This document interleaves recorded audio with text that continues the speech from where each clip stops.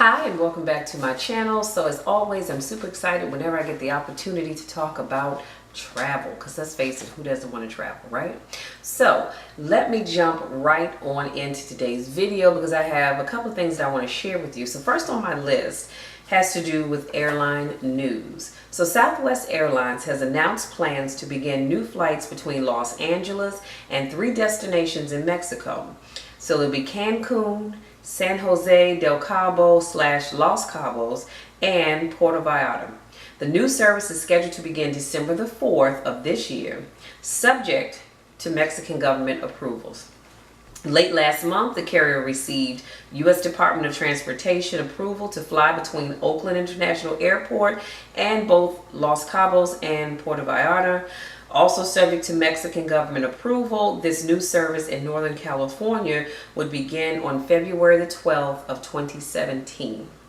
Southwest already flies daily between LAX and Liberia, Liberia/Costa Rica, and the 5 new daily flights to and from Mexico will be flown in addition to the carrier's international service offered at John Wayne Airport in Orange County.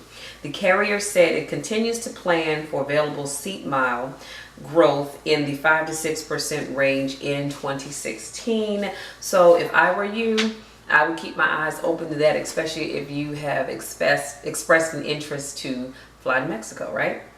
Now, this is what I'm really super excited about sharing with you. So this headline is Vegas news. Can you still find Sinatra in Vegas? Popular Frank Sinatra tunes in Las Vegas hotel lobbies have been replaced by the likes of Beyonce and Rihanna.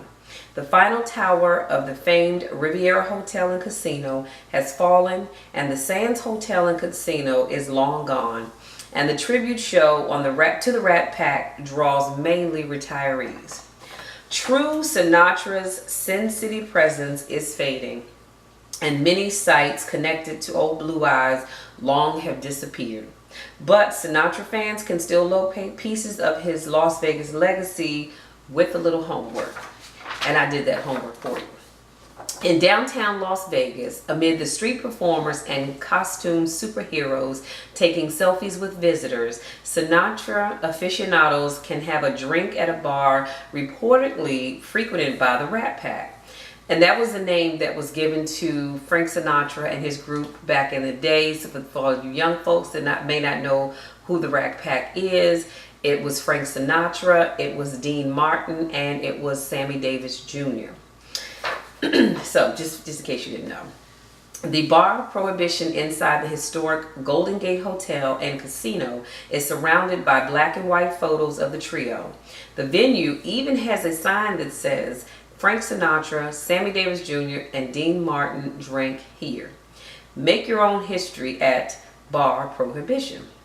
The vintage feel is dampened, however, by video poker machines lining the small bar, and you likely won't be hearing Sinatra songs. Instead, dealers in fedoras sling cards to the likes of Katy Perry's Roar. Further down Fremont Street sits the Golden Nugget, a casino where an older Frank Sinatra headlined from 1984 to 1989. A dressing room remains somewhat intact from his days as a performer. The casino's flashy front gives visitors a feeling that they are entering a classic Sinatra venue, and inside the period, furniture completes the backdrop.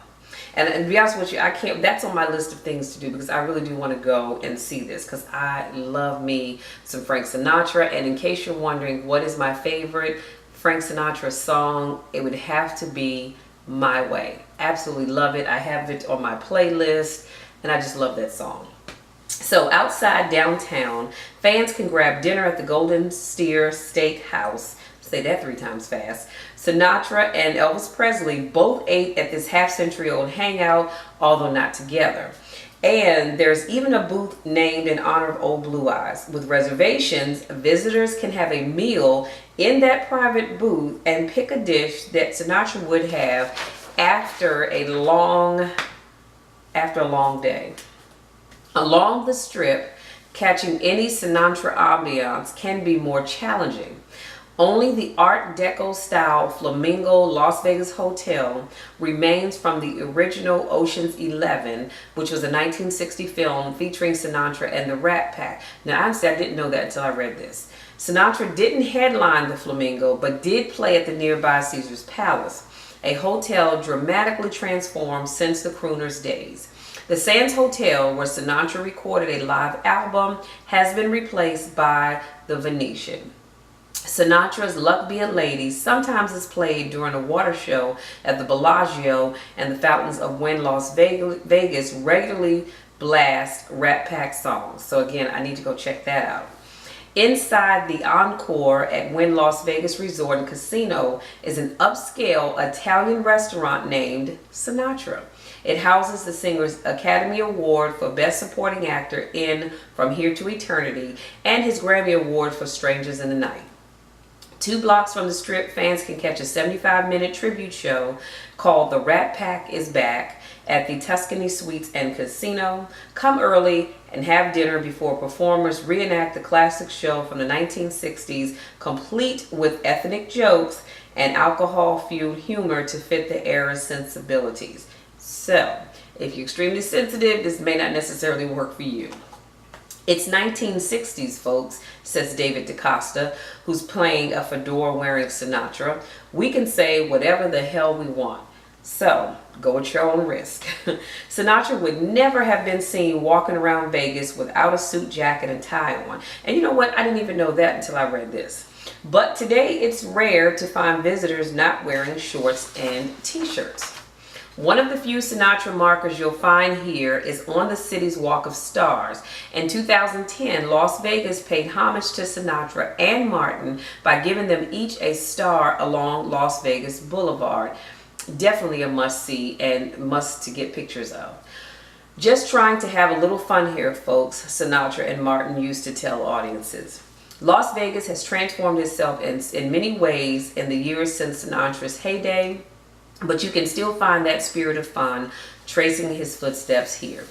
And I think, me personally, I think it is so worth it to go and see such a wonderful part of history. Like I said, I'm a Sinatra fan. My favorite song is My Way. In fact, I think when I'm done with this video, I'm going to pull it up on my playlist and listen to it. Or at least on my way home. We'll see. Now, last on my list of travel news, also in Las Vegas, it's called the new chocolate tasting on the Las Vegas High Roller.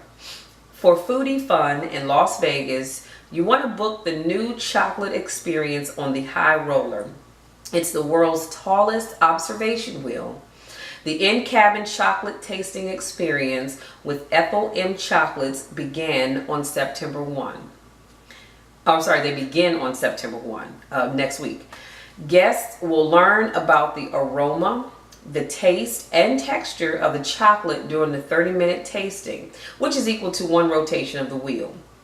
Guests will also be given a voucher for a complimentary glass of wine in the Sky Lounge prior to departure. Ethel M will provide favorite pieces of chocolate as well as seasonal offerings. So if you're a chocolate lover, you might really want to come check this out. We're excited to introduce and share Ethel M chocolates in a unique way to new and loyal customers, says Orrin Young, who is the general manager of Ethel M chocolates.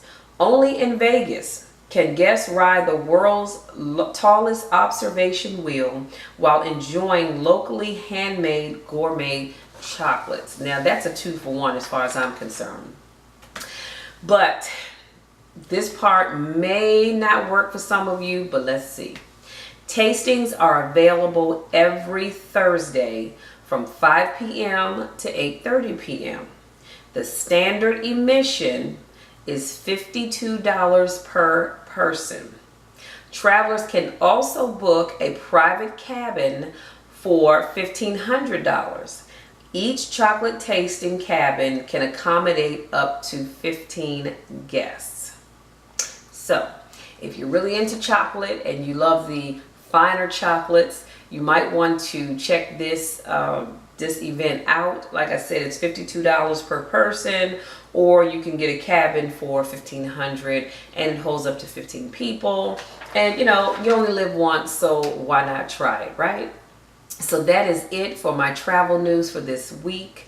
As always, I look forward to bringing you travel news. My only biggest problem, honestly, is that I get so much stuff that comes across my desk that I have to pick and choose what I share with you, which I think is why I probably will be doing more blogs, because I can get more stuff out to you all instead of just waiting to do a video, once a week. But in any event, as always, I look forward to seeing you not only on the beaches of the world, but the Las Vegas strips of the world as well. Until our next video, take care.